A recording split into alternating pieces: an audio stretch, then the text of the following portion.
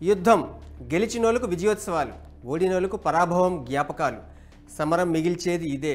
కానీ Ukraine Russia మధ్య జరుగుతున్న పోర్లో రష్యా కానీ ఓడిపోతే ఆ దేశ అధ్యక్షుడు పుతిన్ను చంపేస్తారని సంచలన వ్యాఖ్యలు చేశారు Tesla SpaceX head Elon Musk. వార్లో వెనక్కి తగ్గినా ఇదే జరుగుతుందని మస్క్ స్పష్టంగా చెప్పారు. ఉక్రెయిన్ వార్ ఇప్పుడు ప్రారంభమైంది కాదు, ఇప్పట్లో అంతమయ్యేలా కనిపించడమూ లేదు. అందుకే ఎలన్ మస్క్ కూడా ఇదే విషయాన్ని చెప్పేశారు. మృత్యు కౌగిలి నుంచి తప్పించుకోవడానికి ఈ పోరాటం ఇలాగే కంటిన్యూ అవుతుందని క్లియర్గా ఇచ్చారు స్టేట్మెంట్. నిజానికి రష్యా అధ్యక్షుడిపై ప్రెజర్ చాలా ఉందని, అందుకే వెనకడుగు వేయడం కష్టమని అన్నారు. రష్యా అధ్యక్షుడి విషయంలో మస్క్ ఎలాంటి వ్యాఖ్యలు చేయడానికి కారణం ఏంటి? ఆయన దగ్గరున్న ఆధారాలేంటి?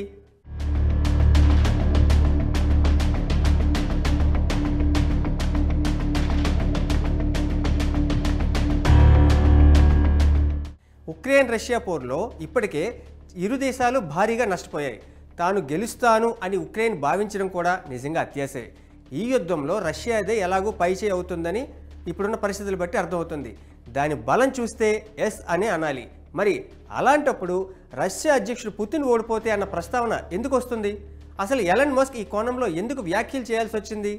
ఏ యుద్ధమైనా రోజులు, వారాలు, నెలలు, సంవత్సరాల తరబడి కొనసాగితే అది ఎవరికీ మంచిది కాదు. మస్క్ చెప్పేది ఇదే. నిజానికి మస్క్ కూడా ఆయన సంస్థ స్పేస్ ఎక్స్ స్టార్లింక్స్ రష్యాతో అంతరిక్ష వ్యాపారాల నుంచి బయటకు వచ్చేసింది. అదే సమయంలో ఈ సంస్థ ఉక్రెయిన్కు తన సర్వీస్ అందిస్తోంది. ఇప్పుడు కీవ్ ఇన్ఫర్మేషన్ సిస్టంలో ఉక్రెయిన్కు ఈ సంస్థ సేవలు చాలా ఉపయోగపడుతున్నాయి. మస్క్ కూడా ఇదే చెప్తున్నారు. అంటే తనపై గతంలో వచ్చిన ఆరోపణలకు సమాధానం ఇచ్చే ప్రయత్నం చేశారా? అందుకే యుద్ధంలో ఓడిపోతే ఇలాంటి సంచలన వ్యాఖ్యలు చేశారా?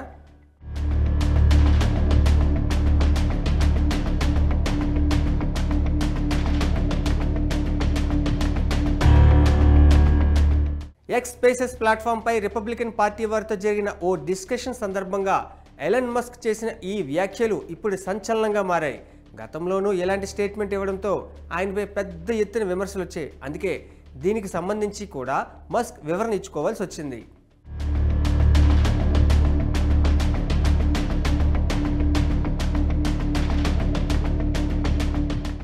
రష్యా లాంటి దేశంలో ఒకవేళ పుతిన్ గద్దె దిగినా తర్వాత వచ్చే వాళ్ళు యుద్ధాన్ని ఆపేస్తారని, శాంతిని కోరుకుంటారని చెప్పలేం. దీనికి కారణం ఒక్కసారి సమరం మొదలు పెడితే అది ఎప్పుడు ఆగుతుందో ఆ వారిని స్టార్ట్ చేసిన వారికి కూడా తెలియదు.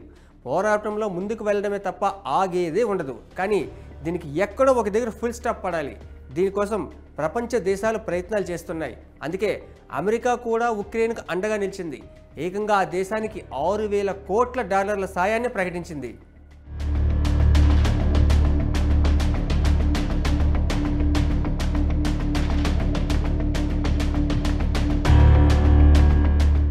నిజానికి అమెరికా నుంచి ఈ హెల్ప్ ఎప్పుడో జరగాలి. కానీ రిపబ్లికన్ల నుంచి ఈ బిల్కు వచ్చిన వ్యతిరేకత వల్ల ఇన్నాళ్ళు ఆగిపోయింది.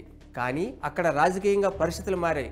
రిపబ్లికన్లలో 22 మంది డెమోక్రాట్లకు మద్దతు ఇచ్చారు. దీంతో ఈ బిల్ పాస్ అయింది. ఉక్రెయిన్కి సాయం చేయడానికి అవకాశం దొరికింది. కానీ ఈ సాయాన్ని చేయడం అంటే యుద్ధాన్ని ఇంకా కొనసాగించడమే అర్థం అంటున్నారు మస్క్. ఆయన మాటలు అంతర్జాతీయంగా సంచలనం సృష్టించాయి. సరే, కానీ యుద్ధం ఏ దేశానికి శ్రేయస్కరం కాదు. అక్కడ వార్ జరిగితే దాని ప్రభావం ప్రపంచంలో చాలా దేశాలపై పడుతుందన్న సంగతి ఇప్పటికే తెలిసొచ్చింది. అందుకే వార్ ఆగాలని మస్క్ అయినా మరెవరైనా కోరుకుంటారు. మరి ఈ విషయంలో రష్యా అధ్యక్షుడు పుతిన్ ఏ నిర్ణయం తీసుకుంటారో చూడాలి.